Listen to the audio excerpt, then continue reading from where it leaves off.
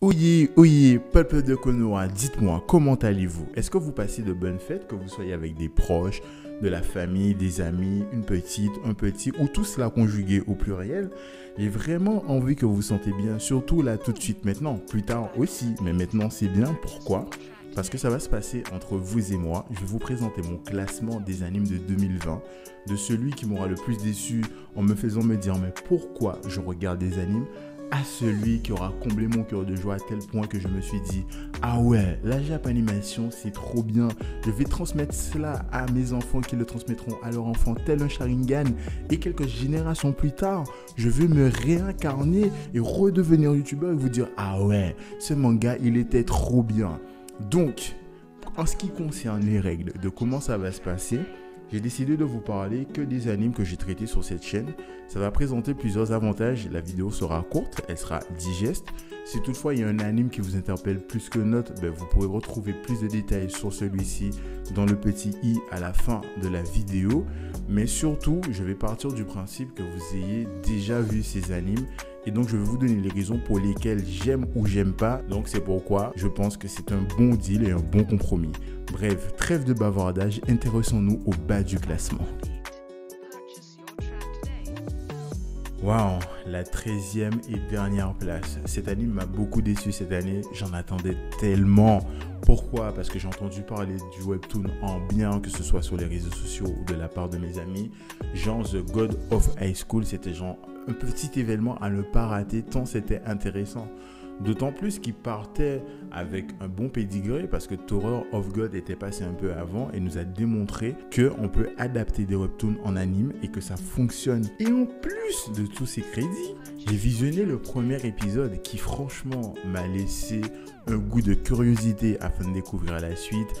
Un rythme de narration qui était génial, des gags qui fonctionnaient plutôt bien, de jolies couleurs, un chara design simple mais plutôt efficace, des animations de combat non pas révolutionnaires mais qui font assez bien le café. Donc je me suis dit on va suivre l'aventure de ces trois lycéens qui participent à ce tournoi pour des raisons qui leur sont propres. Et bien évidemment, on se rend compte assez rapidement qu'au-delà de ce tournoi, il y a d'autres enjeux qui vont concerner le sort du monde. Sauf que c'est là que les problèmes commencent pour moi en tant que spectateur. Qui sont les antagonistes? Quels sont leurs objectifs? Pourquoi tel personnage décide de faire ça?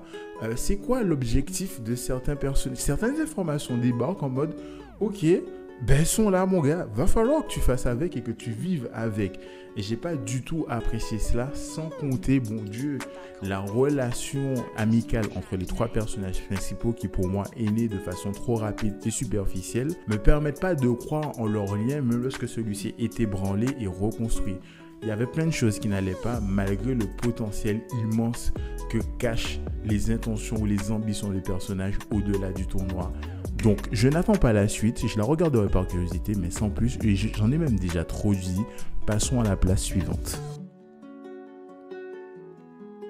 Pour cette 12e place, on va retrouver Garou Vanishing Line qui est l'exact opposé de The God of High School en ce qui concerne mes attentes. C'est-à-dire que quand j'ai vu le trailer de Garou Vanishing Line, je n'attendais pas grand-chose, si ce n'est de l'action et de la mise en scène. Parce que quand j'ai vu le trailer, je me suis dit waouh, je vais juste déposer mon cerveau à côté et profiter des visuels. Et forcé de constater que cet anime avait beaucoup plus que des visuels à m'apporter. Déjà, ne serait-ce que le sujet de base, que ferait un homme qui a connu la gloire et qui se retrouve au plus bas pour remonter? Est-ce qu'il va essayer par lui-même de retrouver sa gloire d'antan ou alors il va choisir de pactiser avec des démons qui vont finalement le priver de son humanité? Et là où je me disais, mais en fait c'est juste un petit scénario prétexte à couper du démon. Non, pas du tout. C'est parce que nos héros, qu'il s'agisse de Sophie ou finalement du Garou, ils vont tous en fait aller de ville en ville pour atteindre leur objectif qu'est l'Eldorado. Mais entre les deux, ils vont rencontrer des personnages, confronter leurs idées, se confronter entre eux-mêmes. On va avoir du développement de personnages. On va devoir droit à, on va dire, une ouverture sur la mythologie de Garou, mais pas trop. En fait, ils font le strict minimum pour que ce soit intéressant. Et franchement, j'ai passé un très bon moment. C'est juste la fin qui est un peu tombée dans les clichés, mais rien de dramatique. Donc, je pense que cet anime a fièrement mérité sa 2e place. Et franchement, quelle agréable surprise. Alors, à la 11e place, on retrouve cet anime qui est Gripnir. Pas parce qu'il est mauvais ou parce qu'il n'est pas si extraordinaire que ça, bien au contraire, c'est simplement que je l'ai trouvé beaucoup trop court pour ce qu'il proposait, d'autant plus qu'il le proposait assez bien. Donc on se retrouve dans un petit univers où on a des lycéens qui arrivent à un distributeur, ils mettent une pièce et se mettent en fait à avoir des pouvoirs qui sont très en adéquation avec leur façon d'être, leur moralité ou leur façon de penser. Et donc, ils sont en quête d'encore plus de pièces pour pouvoir level up, je suppose, en matière de puissance ou avoir d'autres types de vœux, de récompenses pour ces pièces.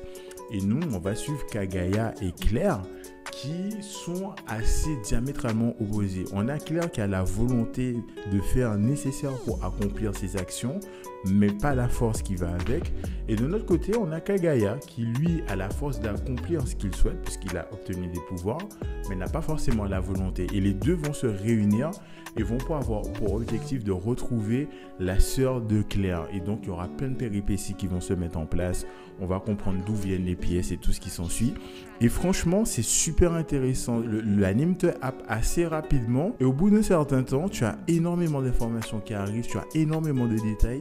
Et pile poil où c'est censé devenir intéressant, on nous dit « Ah, en fait, c'est le 12e épisode et ça s'arrête là. » C'était beaucoup trop court et beaucoup trop bien. Et donc, cet aspect beaucoup trop court a fait que Gripnir se retrouve à la 11e place, tout simplement. C'est juste dommage, mais j'attends avec impatience la suite. Alors, pour la 10e place, j'avoue, j'ai un petit peu triché parce que j'ai mis deux animes qui pour moi souffrent du même défaut, à savoir que le début de chacun d'entre eux est juste génial, voire extraordinaire et propose quelque chose de rafraîchissant. Mais leur fin, surtout leur scène post-générique, elle est foirée en fait. À tel point que je me suis même demandé, est-ce que j'apprécierais autant l'anime si je le visionnais une deuxième fois? Je sais pas quoi vous dire. Ils étaient à la fois tellement bons dans leur construction, mais tellement décevants sur leur fin. En premier lieu, on a Great Pretender, où on va suivre un groupe d'arnaqueurs internationaux qui passent de pays en pays pour arnaquer de gros riches qui ont fondé leur fortune, notamment sur le malheur des autres ou la tricherie, afin de plus ou moins rétablir l'ordre en prenant un petit peu leur part, sinon c'est pas drôle. Et donc, on arrive à un point dans l'anime, à un moment donné, où on découvre en fait quel est le plan, l'arnaque ultime et pour quelle raison on va faire cette arnaque ultime. Et tout se passe bien, tout est stylé. Et voilà-t-il pas qu'il y a la scène post-générique qui, selon moi, vient briser toute en fait l'intensité de cette arnaque ultime et c'est pour moi extrêmement dommageable. Ensuite, on a Sword Art Online qui, à partir de la saison 3, m'avait extrêmement fait plaisir parce qu'il a su renouveler déjà son imagerie et son esthétique. Alors, on a perdu en subtilité et en chorégraphie de combat, mais on ressent en fait le côté dantesque, voire mortel des coups. Donc moi, c'était pas plus mal. On a aussi un gap qui est franchi au niveau de la violence et des scènes qui sont montrées. En fait, c'est les thèmes et la façon dont ces thèmes sont exécutés dans l'anime sont beaucoup plus matures, beaucoup plus sombres. Et donc, je me suis dit, ok, ça, c'est le second souffle de Sword Art Online. Et ne voilà-t-il pas qu'au moment où ils étaient censés faire en sorte que, pour moi, Kirito devait mourir, ok? Pour que la série, si elle devait revenir, qu'elle devait repartir sur de nouvelles bases avec de nouveaux personnages. Eh ben non, on aura sûrement droit à une 5e saison, encore une fois avec Kirito. Pour moi, c'était trop. Les saisons 3 et 4 étaient un excellent moyen pour moi de clôturer les aventures de Kirito sur une note, une apothéose incroyable, mais ça n'a pas été fait, malheureusement. Donc, ce qui explique la 10e place de ces deux animes. Alors, parce que la tricherie n'est jamais finie, encore une fois, on a deux animes pour la 9e place. Et j'ai envie de vous parler dans un premier temps de Burn the Witch par l'auteur de Bleach. Et franchement, 3 épisodes, c'était pas assez. Parce que l'auteur de Bleach a cette capacité à nous donner envie de connaître ce qui se passe derrière, de connaître en fait tout ce qui se passe dans ce monde. Et quand on arrive dans le monde de Burn the Witch, que ce soit le vrai monde où il n'y a pas du tout de magie, où c'est même pas envisagé, ou alors le Reverse Wonder dans lequel nos héroïnes évoluent, ça donne trop envie. C'est comme arriver à Poudlard. Je sais que la comparaison est brutale pour certaines personnes, mais je n'ai pas de meilleure comparatif.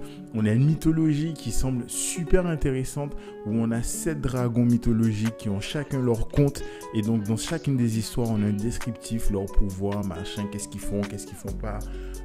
On apprend aussi comment la magie est régulée dans chacun des deux mondes et franchement c'est vachement stylé. On a des groupes de personnages façon les capitaines ou les espadas. T'as envie de savoir qui est qui, est-ce qu'ils sont puissants, quels sont leurs pouvoirs. Enfin bref, trop de questions basiques mais des questions qui se posent quand même. Et clairement 3 épisodes c'était pas assez, j'espère qu'on aura une suite. Ensuite on a Dr Stone, ce petit monde post-apocalyptique dans lequel les êtres humains ont été changés en pierre. On ne sait ni comment ni pourquoi, mais certains d'entre eux se réveillent et décident de repeupler la Terre et de remettre la science au top de sa forme. Là, on est du côté de Senku et du côté de l'antagoniste, dont j'oublie le prénom, je suis parfaitement désolé, qui lui se dit, mais on a déjà donné dans la science et ça a donné des inégalités, la pollution et tout ce qui va avec. Donc, on retourne à l'âge de pierre. Donc, on a 2 confrontations d'idées et en fait, l'anime traîne des pieds, il nous dit oui mais vous allez avoir cette confrontation mais en fait attendez, non mais écoutez, on va vous parler de science de façon un peu inédite, c'est vachement stylé et je confirme, leur façon de parler de la science et de faire des petits tutos à la Jamie ou c'est pas sorcier ou à la MacGyver, ça fonctionne très bien, mais non, je veux voir la suite, je veux voir la Stone Wars et donc c'est ça qui m'a un petit peu déçu parce qu'en fait il y a vraiment un potentiel narratif qui est assez intéressant. J'ai envie d'en savoir plus, de savoir comment les événements sont déroulés. Et là, je suis juste cantonné à « il faut que je voie la suite ». C'est ça. C'est un peu dommage. Je sais qu'on aura la suite. Mais bon, voilà. La 9e place. Moi, je dis jamais 203. Quitte à tricher, autant y aller à fond. Et à la 8e place, j'ai mis Radiant et Fire Force qui, selon moi, souffrent d'un défaut qui leur est commun d'ailleurs, leur première saison. C'est-à-dire, de notre côté, on a Radiant qui commence par nous dire « Waouh, vous allez voir un monde merveilleux avec des magiciens, des némésis, des gens qui pratiquent la magie, mais de façon pas très orthodoxe. Donc, ce sont des êtres dangereux. Vous allez voir un univers tellement riche et tellement vaste. » Tout ça pour passer quasiment la moitié de la saison sur une espèce d'île flottante et on voit quasiment rien du monde extérieur. Non, pour moi, c'était pas bien du tout. C'était à peine moyen. Et pourtant, la 2e saison a littéralement rattrapé tous les défauts de la saison 1. À savoir une mythologie plus grande, plus vaste, qui nous est expliquée. On voit le monde extérieur, on découvre une nouvelle culture, on découvre un nouveau rapport entre les sorciers et les non-sorciers. On en apprend plus sur les Némésis, on en apprend plus sur Seth et ses origines. Et, en fait, il y a tout. On a même le petit entraînement de Shonen où Seth va level up, apprendre de nouvelles techniques, chose qu'on n'a pas du tout eu dans la saison 1 parce que son entraînement s'est fait à huis clos et il a appris qu'une seule technique et puis c'est tout. Et il a fallu 24 épisodes pour ça. Donc là, franchement, ou 21, je ne sais plus. Mais en tout cas, oh là là, la saison 2 de Radiant, juste incroyable. De notre côté, on a Fire Force qui, selon moi, souffre à peu près des mêmes défauts. La saison 1, bon, ben, elle est sympathique sans plus. La mise en scène est bon, sympathique sans plus. Enfin, pour moi, c'est pas très... c'était à peine moyen, en fait. Alors que la saison 2, mais c'est exactement les mêmes critères que pour la saison 2 de Radiant. On a l'univers qui s'est agrandi.